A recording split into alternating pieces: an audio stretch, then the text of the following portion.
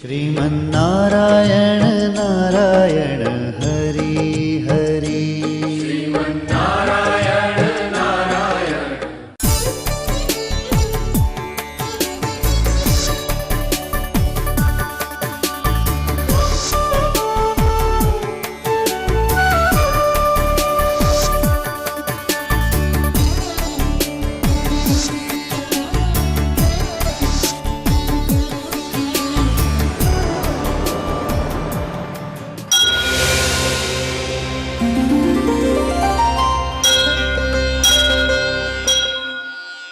ఈ కార్యక్రమం సమర్పిస్తున్నవారు అవార్డు గ్రహీతల మొట్టమొదటి ఏకైక original Thanjavur art academy, Kalasri Thanjavur art academy, door number 1164, near Panjagutta colony signals, Srinagar colony X road నుండి 9వ బిల్డింగ్, ఇండియన్ ఓవర్సీస్ బ్యాంక్ ప్రక్కన, హైదరాబాద్ 73.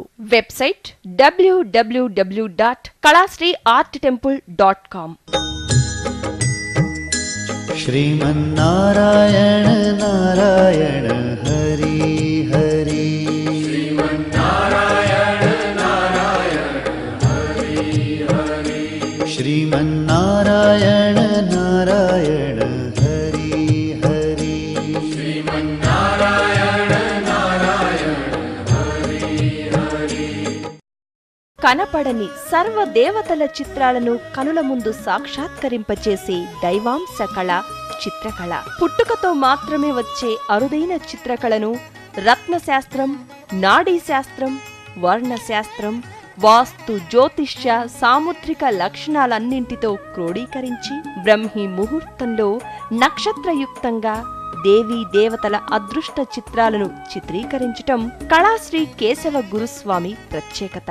వీరి తండ్రిగారైన గురుస్వామి సిద్ధయోగి శాస్త్రీయ చిత్రకారుడు కావటం చేత వారి నుండి వారసత్వంతో గురు శిష్య పరంపర సంప్రదాయ పద్ధతిలో యోగా, చిత్రకళను తీవ్ర సాధన చేసి వాటిని అభ్యసించారు. అంతేకాక తమిళనాడు ప్రభుత్వం నుంచి 9 డిప్లొమోలు మరియు దరిదాపు అన్ని రాష్ట్రాల నుండి జాతీయ స్థాయి అవార్డులు, రివార్డులు అందుకోవటం ఎంతో విశేషం.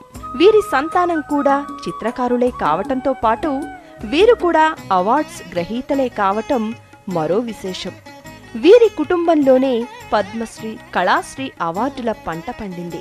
ప్రభుత్వం వారు వీరి ప్రతిభను గుర్తించి గురు శిష్య పరంపర చిత్రకళా పీఠానికి గురువుగా నియమించారు. కళాశ్రీ కేశవ గురుస్వామి చందమామ, బొమ్మరిల్లు వంటి అనేక పత్రికలకు చిత్రకారునిగా పనిచేయటమే కాక జాబిల్లి అనే మాసపత్రికకు చిత్రకారునిగా, సంపాదకుడిగా, ప్రచురణకర్తగా తన ప్రతిభ పాటవాలను ఆనాడే చాటుకున్నారు. సిరి సంపదలను ప్రసాదించే అదృష్ట వాస్తు చిత్రాలను చిత్రీకరిస్తూ వీటిలో అదృష్ట ముద్రలను, అదృష్ట సంకేతాలను జోడించి క్రోడీకరించి త్రికళా చిత్రాలను అందరి పూజా గదులలోనూ మరియు వాస్తుపరంగా దేవతల చిత్రాలను వీరికున్న అరుదైన చిత్రకళాయోగ సాధనతోనే బ్రహ్మీ ముహూర్తంలో చిత్రీకరించి అందరికీ అందజేస్తారు కళాశ్రీ కేశవ గురుస్వామి. త్రికళా జ్ఞానంలోనికి సుస్వాగతం. श्रीमन्नारायण नारायण हरि हरि श्रीमन्नारायण नारायण हरि हरि श्रीमन्नारायण नारायण हरि हरि श्रीमन्नारायण नारायण हरि हरि। ఈరోజు మనం ఒక ముఖ్యమైన రహస్యతత్వమైన మూలాన్ని గురించి పరిశోధిద్దాం. పాల వెల్లి, మిల్కీ వే అనే దానిలో నక్షత్ర మండలంలో అద్భుతమైన తరంగాలు ఉన్నాయి, నక్షత్ర మండలాలు ఉన్నాయి. ఆ పాలవెల్లి నాభీస్థానము, మూల స్థానము విష్ణువు యొక్క నాభీస్థానమని వేదాల నుండి మనం చెప్తూ వస్తున్నాం.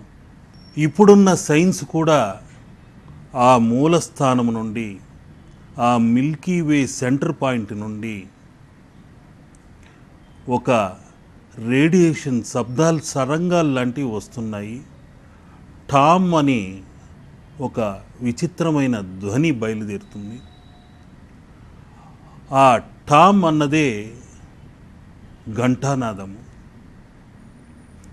ఆ నాభి నుండి వెలువడే ఘంటానాదం నుండే ఓం అనే ఓంకారం రేడియో తరంగాలు ఎలా వస్తున్నాయో అలాగా భూమికి అందుతూ ఉంది.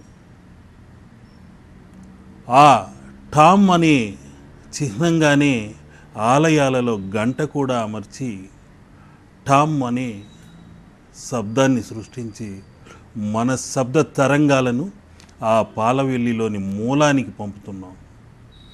ఆ మూలానికి అధిదేవత అయిన, ఆ నాభి స్థానానికి అధిదేవత అయిన గణపతికి ఆ ఘంటానాదం వినిపించిన వెంటనే మనల్ని ఆశీర్వదించి మన కోరికలన్నీ నెరవేరాలని దీవిస్తుంటాడు అభయహస్తముతో.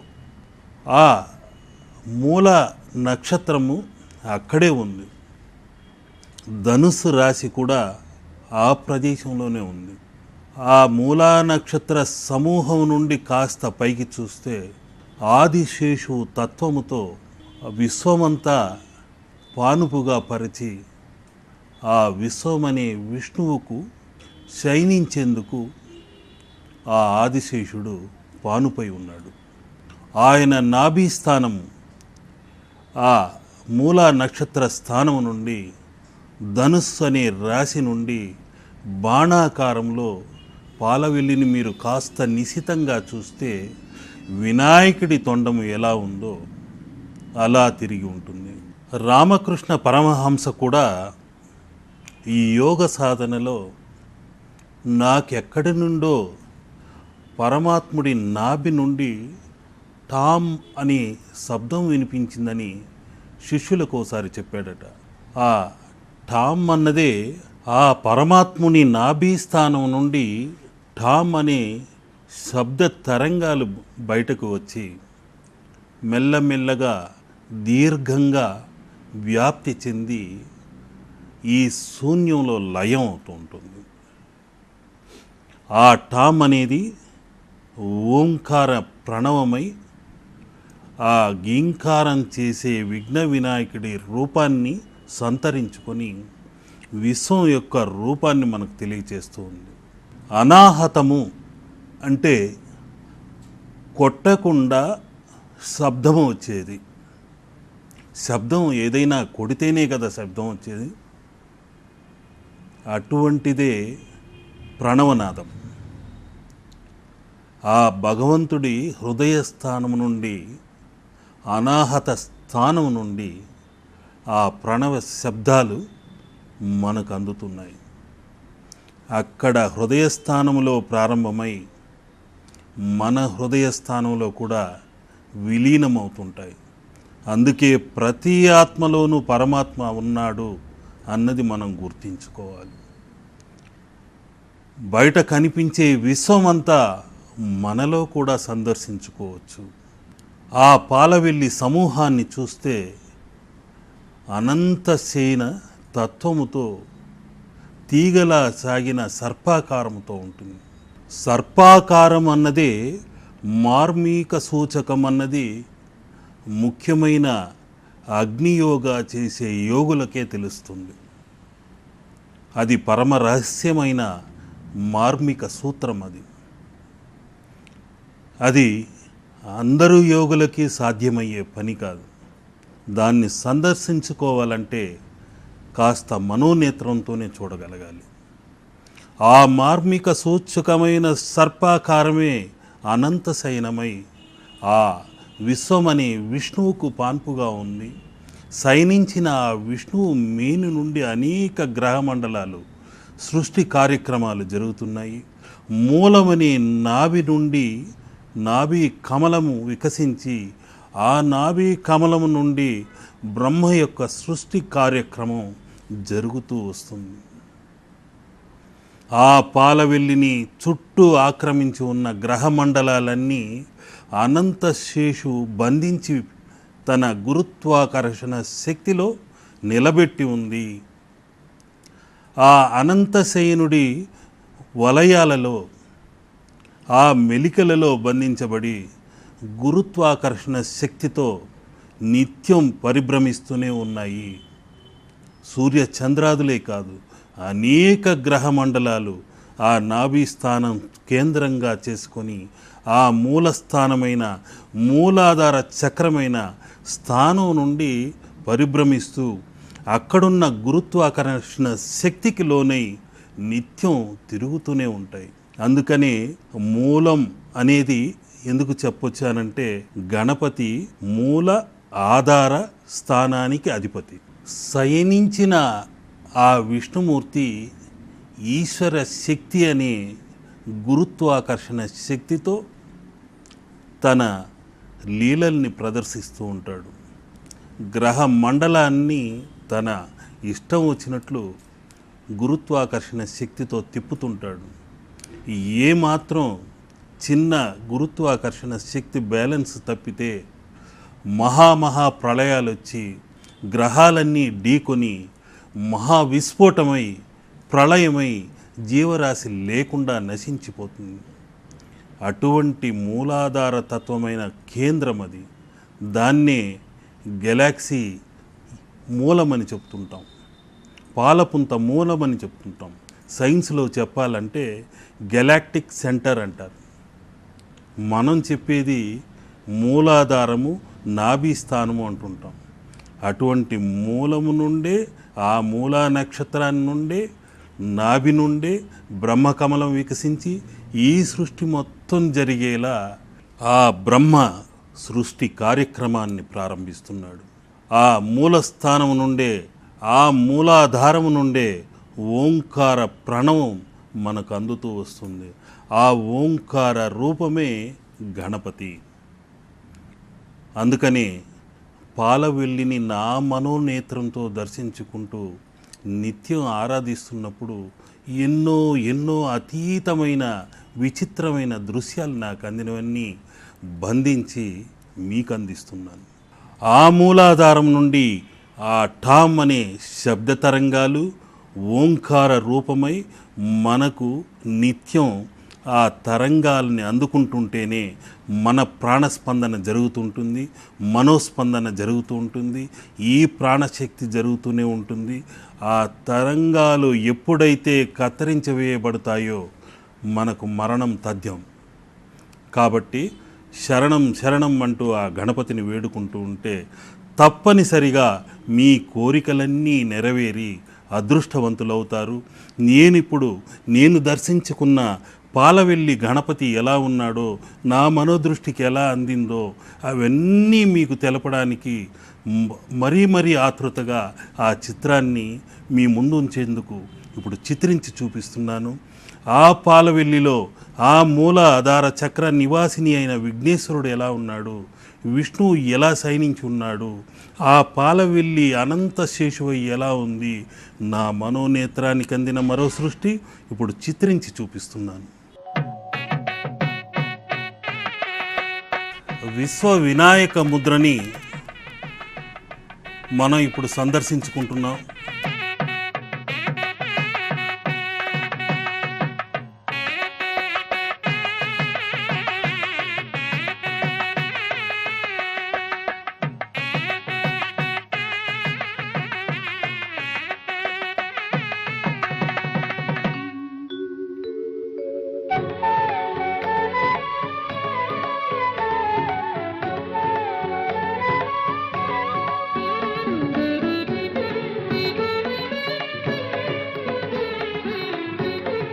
గురుత్వాకర్షణ శక్తి అయిన ఈశ్వర శక్తిని ఓంకారమనే ప్రణవంతో విష్ణుతత్వముతో శయనింపచేసి ఆయన నాభీ కమలము నుండి అద్భుతమైన ఓంకారమనే ప్రణవం ఇలా నిత్యం అనాహత ప్రణవంగా మారి ఈ విశ్వంలో లయమవుతూ ప్రతి జీవకోటికి ప్రాణాధారమై స్పందనగా మారుతూ వస్తుంది. ఈ విశాలమైన పాలవెల్లిలో మన భూమి ఆవగింజంత కూడా లేదు. అటువంటి పాలవెల్లికి మూలాధార స్థానము గణేశ స్థానము. మూలాధార చక్రానికి అధిదేవత కూడా ఆ గణపతియే. ఈ పాలవెల్లిలో విశ్వంబరుడై శుక్లాంబరధరం విష్ణుం అని అంటుంటాము. ఆ విష్ణువే విఘ్నేశ్వర రూపంతో ఇక్కడ మనకు సాక్షాత్కరిస్తున్నాడు. ఆ ఓంకారములో కాస్త నిశితంగా చూశారంటే ఆ గణపతి కూడా ఇందులో సాక్షాత్కరిస్తున్నాడు.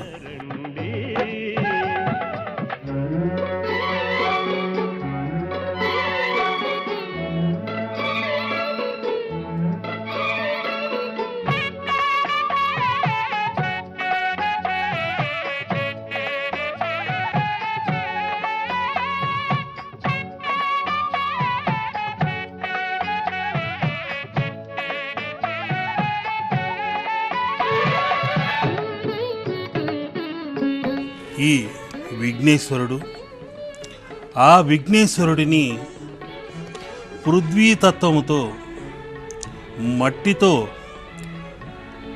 నిర్మించబడిన విగ్రహాలను ఆరాధించిన వెంటనే తప్పనిసరిగా ఆయన అనుగ్రహానికి పాత్రులవుతారు. శివ విష్ణు రూపముతో వెలసిన ఓంకార రూపమే విఘ్నేశ్వరుడు. ఈ అనంత శయనుడు శ్రీహరి ఓం అంటూ శ్రీకారమై ఓంకారమై ప్రణవమై శక్తి తరంగాలను, జీవశక్తి తరంగాలను, అదృష్ట తరంగాలను, ప్రాణాధారమైన శక్తిని ఈ ప్రపంచానికందటికీ అందజేస్తున్నారు. గజవదనుని చేసెనయా గజశిరమును అతికించి, గజవదనుని చేసెనయా పావనమైన పార్వతి తనయుని చరితము వినరండి. వేడుక మీరగ విఘ్ననాయకుని మహిమలు కనరండి.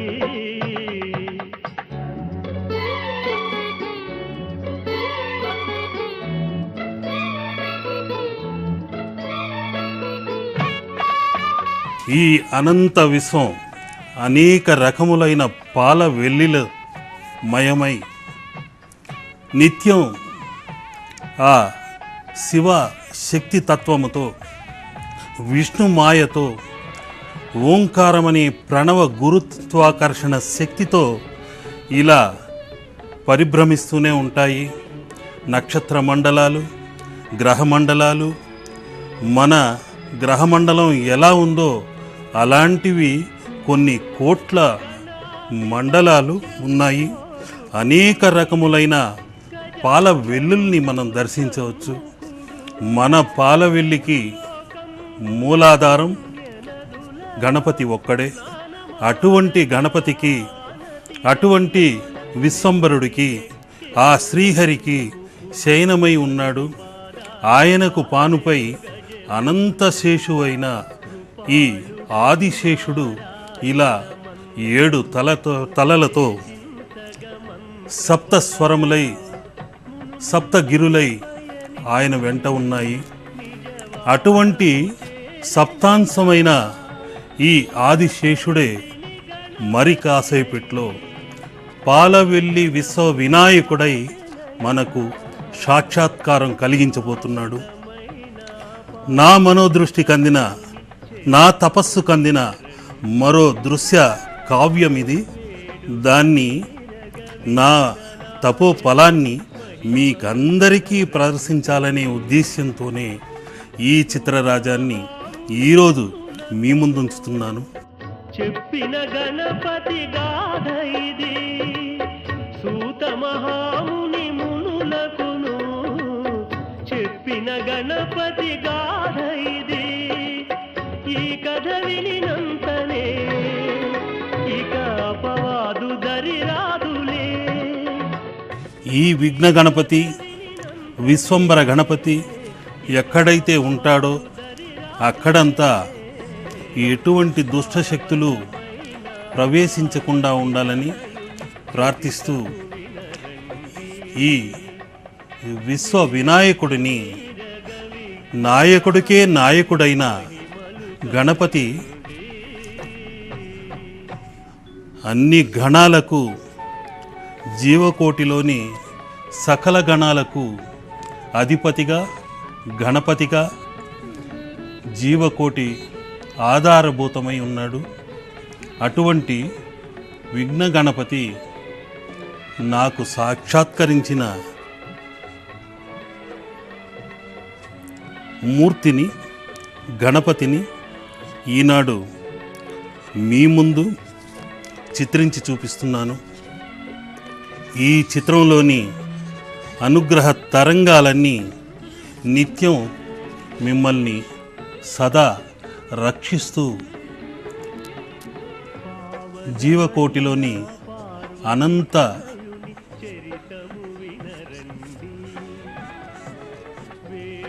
అపురూప శక్తుల్ని మీకందరికీ అందజేయాలని సదుద్దేశంతోనే ఈ పవిత్రమైన హరిద్ర ముద్రలతో గణపతిని చిత్రించడం జరుగుతుంది.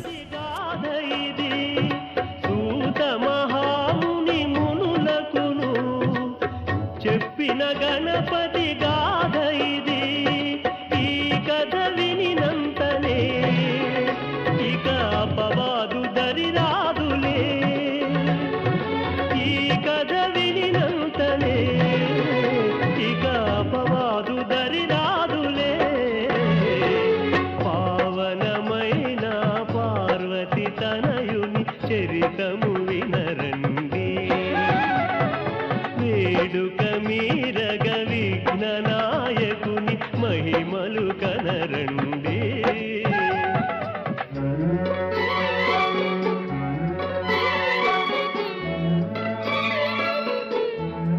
ఈ పాలవెల్లి విశ్వ వినాయక ముద్ర తప్పనిసరిగా